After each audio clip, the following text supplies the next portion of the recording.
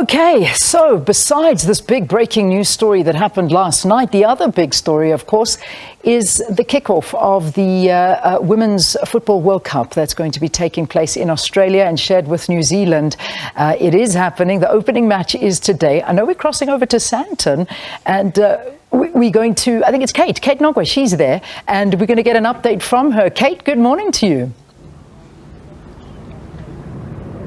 Good morning, Leanne, and good morning to all our Morning Live viewers. It is indeed a big day for women's football, especially because today the 2023 FIFA Women's World Cup, as you mentioned, Down Under is kicking off, and Banyana will have the first game against Sweden on Sunday. But before we get to Banyana, I have here with me three ladies from the Sundowns Ladies FC team, which is, of course, they play in the Hollywood Bets Super League, which is broadcast by our sister station, SABC Sport, who is also the official broadcaster of the 2023 FIFA Women's World Cup. So we're going to chat all things Banyana. We have Rhoda and Tlantla as well as Garabu with me here, Leanne. But let's start with you, Rhoda. For you, what are you looking forward to the most? I'm looking for an exciting tournament because when it's World Cup, it's a different stage. So, and also I'm looking forward for the 4 African countries who are representing us there. So, which I believe and hoping that we reach the knockout stages. So, it's going to be an exciting tournament. Yeah, I mean, there's a lot of players, obviously, who didn't make the Banyana squad. As somebody who's been in the national team before, let's chat about those disappointments for all those teams, but also like getting that support that they're going to need for Banyana. Yeah, I think it's everyone's dream to play in the tournament, especially in the World Cup, because it's an exciting tournament. So, but for the players who didn't get selected, it doesn't mean it's the end of their dream. They just need to push and work harder. And also with this kind of tournament, I think it also gonna help us or other players, those who didn't go to the World Cup, to work more hard, especially when they are watching their teammates playing out there in Australia and New Zealand. And also now it's for us players who are playing the Hollywood Bet or anyone in the country to support Banyana because they need our support. Because I also believe if you are there playing, you'll also want other people to support you.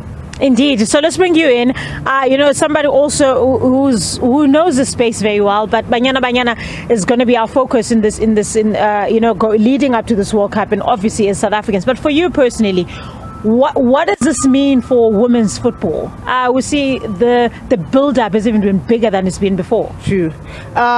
Truly shows that women's football in this country it's getting bigger and bigger each and every year. So this build-up means that women's football isn't taken serious in this country. So it shows that we as players, we need to pick up our socks, make sure that we represent the country very well. Yeah, Banyana, they're not the only African team, as Rhoda mentioned, in representing Africa. For you, apart from that, where do you believe, which of these 4 teams do you believe are going to go further? I mean, obviously Banyana is going to go out of the group stages, but who else is going to represent Africa well? I think Morocco.